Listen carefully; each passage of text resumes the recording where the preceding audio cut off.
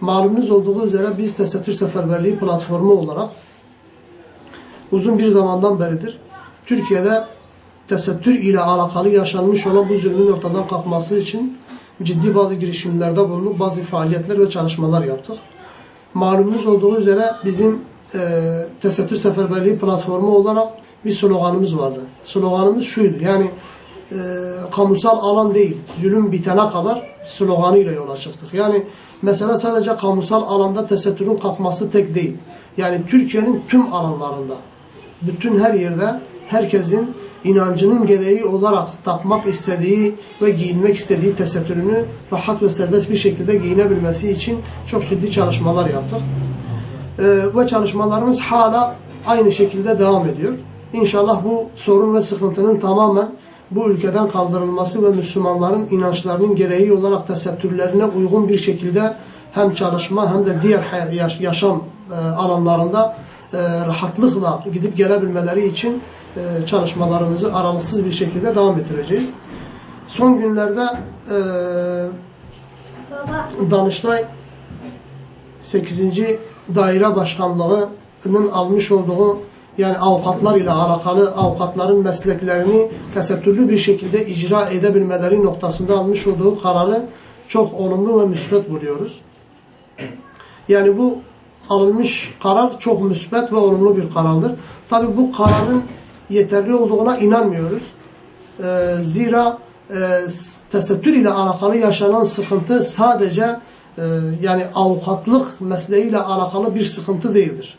Tesettür sıkıntısı ne yazık ki Türkiye'nin her yerinde, yani başta kamunun bütün alanları olmak üzere diğer bütün kamu kurum ve kuruluşlarda okullara kadar, yani ilköğretim, lise, ortaokul ve diğer alanlarda hala bu yasaklar ne yazık ki yaşanıyor. Bir de yani bu yasakların bireysel bir şekilde serbest bırakılması ya da böyle geçici bir sonra gelecek olan birisinin almış olduğu farklı bir karar ile bu meselenin değişmesi çok da olumlu bir tavır değildir. Şimdi bir ülke düşünün ki insanları kılık ve kıyafetlerine göre yorumluyorlar.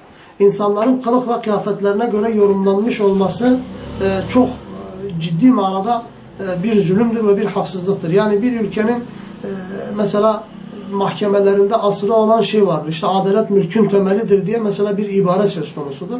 Yani adaletin bahsedildiği, adaletin icra edildiği bir yerde birilerinin kılık ve kıyafetlerinden yola çıkarak insanlara zulmetmek büyük bir zulüm ve büyük bir haksızlıktır. Bunun yapılmaması lazım. Bir de insanların kendi mesleklerini icra etmelerinin, yani kılık ve kıyafet ile alakalı bir mesele olduğuna inanmıyoruz. Zira genelde yargılamanın olacağı yerlerde adalet mülkün temelidir ibaresi olur. Ama bu kadar yıldır hep bu adaletsizlik devam ediyordu. Menfi manada ayrımcılık, kadının sadece başıyla, başörtüsüyle ilgilenme vardı. Kadının başının içindeki düşünceden dolayı değil, onun bakış açısıyla değil, hep yıllardır biliyorsunuz Türkiye'de başörtü zulmü yaşanmış. Hep kadınlarımızın başörtüyle bazı yerlere girmeleri engellenmiş, kendi mesleklerini icra etmeleri engellenmiş ki biz bunu iyi karşılıyoruz, olumlu görüyorum. Ancak az görüyorum. Sadece başörtülü bir şekilde davalara katılma değil, yarın öbür gün hatta sadece orada değil, kadınlarımız sadece avukatlık yapacak değillerdir. Kadınlarımız kamunun tüm alanlarında başörtü önündeki artık bu insanlık dışı, çağ dışı diye nitelendirebileceğimiz bu zulmün, bu uygulamanın artık ortadan kaldırılması gerekir diye düşünüyorum.